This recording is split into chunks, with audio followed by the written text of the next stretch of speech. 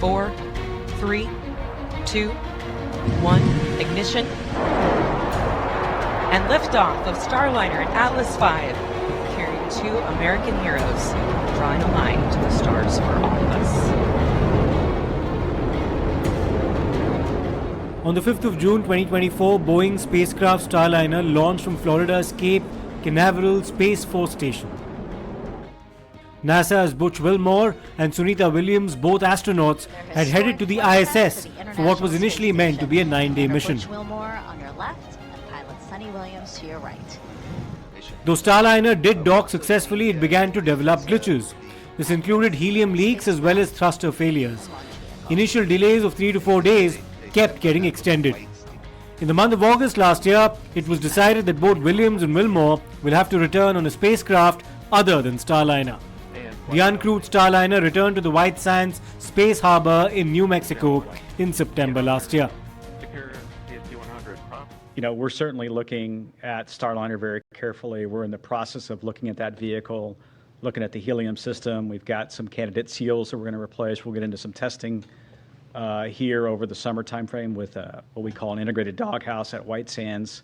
So we're looking at that. You know, the thing I think back of this whole time frame is how really resilient Butch and Sunny were the whole time. I mean, they launched on what was going to be a short test flight with the crew flight test vehicle with Boeing, and then they moved very quickly into station increment operations, and they became seamlessly part of the International Space Station. And they did that because they're experienced astronauts, and we had prepared, right? We had flown gloves for them to do spacewalks, and we had flown a lot of components for them. So I think that shows the adaptability of crew members. But both Wilmore and Williams soon had company. Later in September 2024, NASA astronaut Nick Hague and Roscosmos cosmonaut Alexander Gurbanov arrived at the ISS on the SpaceX Dragon Freedom Crew 9. NASA's SpaceX Crew 4 mission. It was subsequently used for 2 private spaceflight missions to 28th. So, yeah, a little bit about the Dragon Freedom capsule. Here, a view that we have. Pacific time this afternoon, so less than 10 minutes from now. Continuing to get some views inside when some of those communications happen. That's because we want to make sure that we are relaying the best information to you all. Alexander Gurbanov and Nick Hague, that is a touchscreen. It allows the crew to monitor a depressurization event for Dragon. So there we can see those screens I was talking. NASA's SpaceX Crew 4 mission. It was subsequently used for 2 private spaceflight missions to 28th. So, yeah, a little bit about the Dragon Freedom capsule. Here, a view that we have. Pacific time this afternoon, so less than 10 minutes from now. Continuing to get some views inside when some of those communications happen. That's because we want to make sure that we are relaying the best information to you all. Alexander Gurbanov and Nick Hague, that is a touchscreen. It allows the crew to monitor a depressurization event for Dragon. So there we can see those screens I was talking.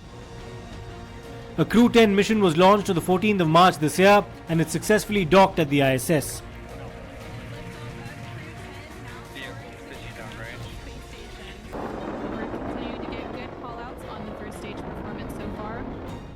On the 18th of March, Crew 9 undocked from the ISS with 4 astronauts on board, including Wilmore and Williams, beginning what would be a 17-hour journey back to Earth.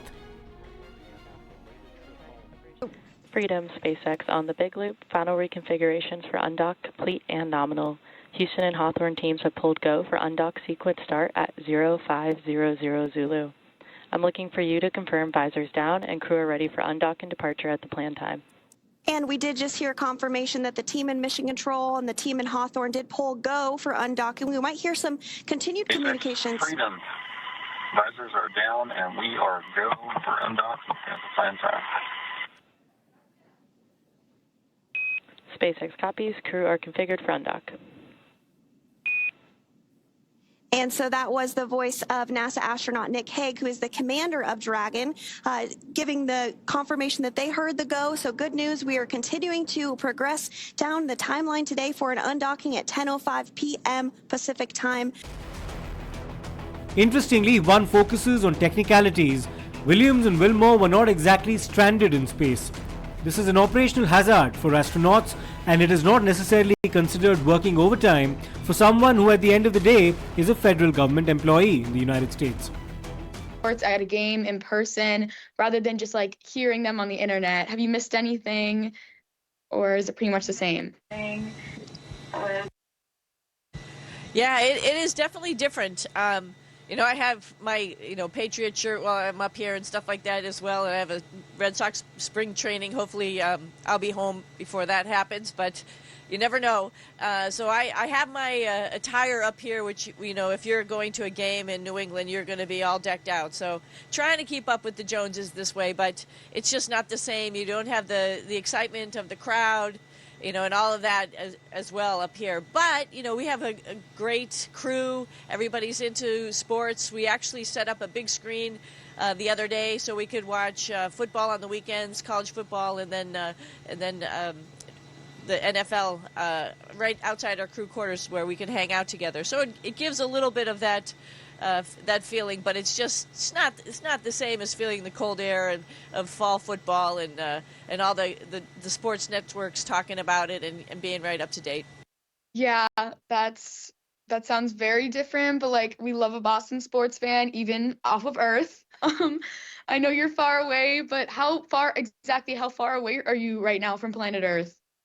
We're actually not that far, and it just talks to the atmosphere, right? We're only about 250 miles orbiting the planet, so it's just between Boston and New York, right? So it's not really that far, but that's all the atmosphere we have on this big, huge planet, so we have to take care of it. But right now, just because you asked, we're somewhere between South America and Africa, making our way up through the middle of Africa. Should be a really cool pass to look out the window.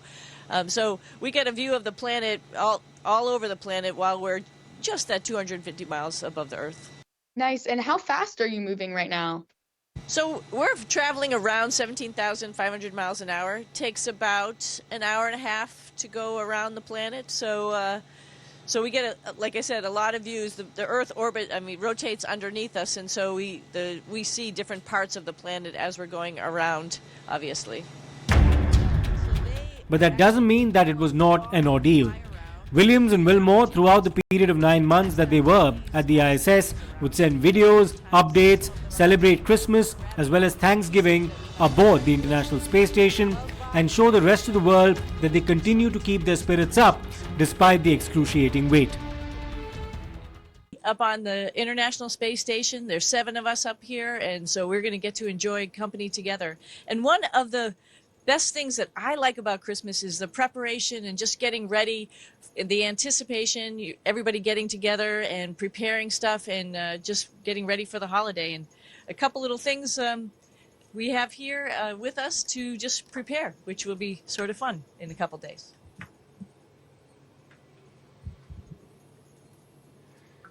In Christmas time, the holiday season, it's about spending time with friends and family and loved ones. And Christmas is synonymous with food and feasting. And boy, do we have a feast packaged up here. So from all of us to all of you, Merry Christmas! Greetings from the International Space Station. I'm NASA astronaut Sunita Williams, and I want to extend my warmest wishes for a happy Diwali to everyone celebrating the Festival of Lights today at the White House and around the world. This year, I have the unique opportunity to celebrate Diwali from 260 miles above the Earth on the ISS. On this day, I specifically think about my father, who immigrated to the U.S. from India. He kept and shared his cultural roots by teaching us about Diwali and other Indian festivals. Diwali is a time of joy as goodness in the world prevails. I am so thankful to have grown up in a multicultural household where our parents encouraged us to seek opportunities and reach for the stars. Thank you to the President and the Vice President for celebrating Diwali with our community today and for recognizing the many contributions of our community. Greetings from the International Space Station. Our crew up here just wanted to say Happy Thanksgiving to all our friends and family who are down on Earth and everyone who is supporting us. Thanksgiving is typically a holiday where family and friends get together. Sometimes that can't happen to physically be around each other, but today's age, you can virtually tie in to your family and friends. And one of those big traditions is having a Thanksgiving meal together. And so we're going to celebrate that tradition up here, though our meal may look a little bit different. Don, if you hold the mic. So we've got a container here of all the things that we're going to enjoy on Thanksgiving. It is a feast. Let me see. We've got Brussels sardines, Brussels sprouts, butternut squash, apples and spice, Smoked turkey. and smoked turkey. It's going to be delicious. It's true we have much to be thankful for. On a professional sense, I mean, there's not many places that you can be that you can actually lay on the ceiling, and this is one of them. We're thankful for zero gravity. It's fantastic. And of course, in a personal sense, our family, our friends, those that are lifting up prayers for us and have been, we're grateful for that. We're grateful for a nation that is a spacefaring nation that lets us live free, say what we think is important to say, and so many other things. So much to be thankful for in this season, to be reminded of that, to have a holiday that celebrates that, that's something to be thankful for as well. And so from all of us on the International Space Station, Happy Thanksgiving! But Sunita Williams is a seasoned astronaut. She is an enormously experienced spacewalker, with 9 of them in all, the second most by a woman. Her first trip to the International Space Station was in 2006. In 2007, she would run a marathon, the first by any person in space. In 2015, she became one of the first astronauts who would participate in a US commercial spaceflight. In 2024, became the first woman to fly on a flight test of an orbital spacecraft. Just some interesting stats as we go through. Nick and Alexander both spent 171 days in space on this trip, the arrival and departure of 4 different visiting vehicles to the ISS. Butch and Sunny spent 286 days in space, and they got to see 8 different visiting vehicles coming and going from the ISS. Nick and Butch each conducted 1 spacewalk, and Sunny conducted 2. That actually gave Sunny the record for most time on spacewalks by a woman, and puts her 4th overall in terms of time outside doing spacewalks. The crew contributed to more than 150 unique experiments, like Joel said, including stem cell technology to potentially address blood diseases, autoimmune disorders, and cancers. On her previous trips to the International Space Station, Williams in fact sent an elaborate sequence giving the rest of the world a glimpse of what the ISS actually is like. Williams is of half Indian origin, and she has roots in the state of Gujarat, and she even once unfurled the Indian flag at the ISS. ગુજરાતની દીકરી અને દીકરી લાંબા સમય સુધી અંતરિક્ષમાં ફસાયા પછી આજે ફરીથી પાછા ધરતી પર ઉતર્યા છે. આપણા માટે ગુજરાતની દીકરી અને ભારતની દીકરી પાછા આવવાથી આપણને ખૂબ આનંદની લાગણી અનુભવું છું અને એમનું સ્વાસ્થ્ય સારું છે અને હવે પણ એમનું સ્વાસ્થ્ય સારું રહે અને એમની મનોકામના બધી જ ભગવાન પૂર્ણ કરે અને બીજા પણ સાથી એમના સાથી પણ પાછા આવ્યા છે એનો પણ આનંદ છે. In the month of March, Prime Minister Narendra Modi sent his best wishes and on behalf of the people of India wished her a safe return. And when Dragon was on its way back finally, there was a great sense of anticipation in India as well. And Splashdown, Crew 9 back on Earth.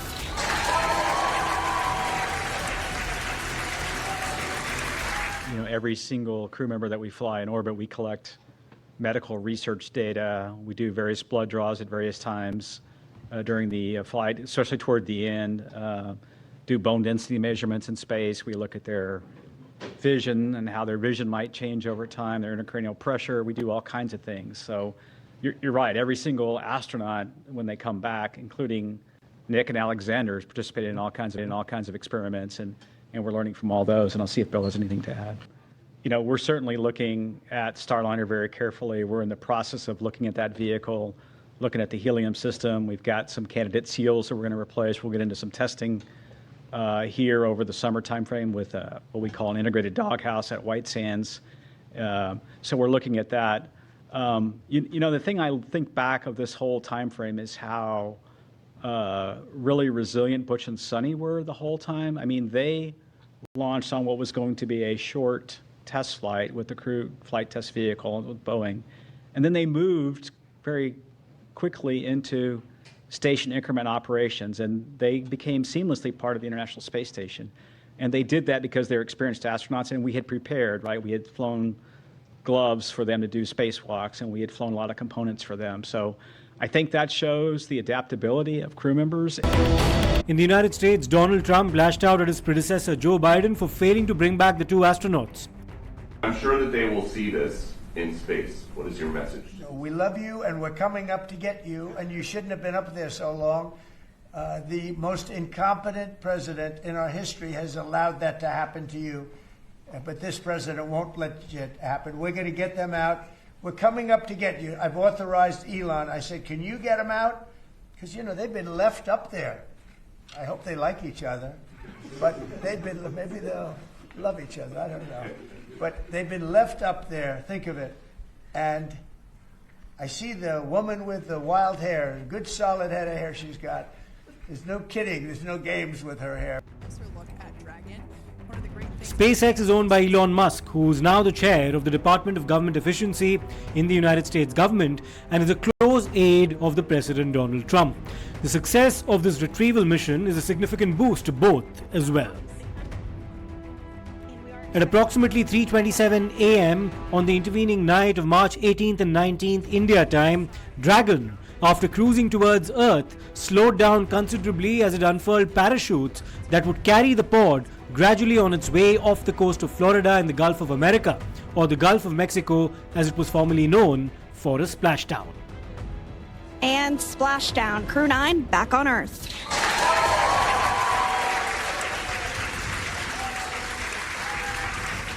I also want to thank our partners at the U.S. Coast Guard. They were there on scene, protecting the scene and making sure that it was safe for mariners in the area. Overall, I would say it was a really clean undocking, reentry, and landing. The Dragon vehicle performed extremely well, didn't really have any issues to work. Little things, a GPS outage that we reset a filter on and things like that. Today, the sequence went perfectly. We jettisoned the trunk, executed the deorbit burn, closed the nose cone, and did the entry.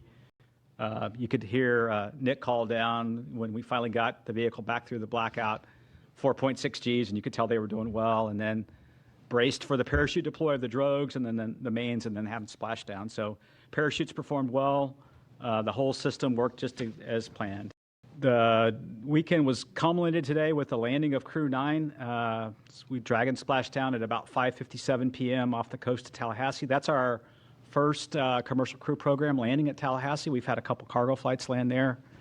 And now it's great to have Crew 9 and the Freedom Capsule back home, and its fourth flight is now in the history books. Of course, we're overjoyed. I watched every crew member come out of the vehicle today. Post-landing, it was great to watch Nick, Sunny, Butch, and Alexander come out of Dragon and smile and wave as they came out of the vehicle. We'll get them, they're on the ship now, we'll get them back to meet the NASA aircraft and then back to meet with their families. And what a splashdown it was. In fact, there was a group of dolphins at the site of the splashdown almost welcoming the crew. Screen, we can see dolphins actually who want to come and play with Dragon. Now, one of the fast boats there in place, working to assist the recovery team member. It's incredible. I just love these views. We really see them even better in daytime, but just seeing the recovery team work in tandem to step through each step, to step through each operation. Obviously they're getting quick assists from the honorary part of the recovery team, those dolphins in the water there. Now, the recovery team member that is crawling around the Dragon spacecraft. Earlier we saw a view where it was like a spider monkey pose. We can see that individual now standing in the bucket where the main parachutes were stored while Dragon was on orbit. Obviously, those main parachutes were utilized for splashdown today.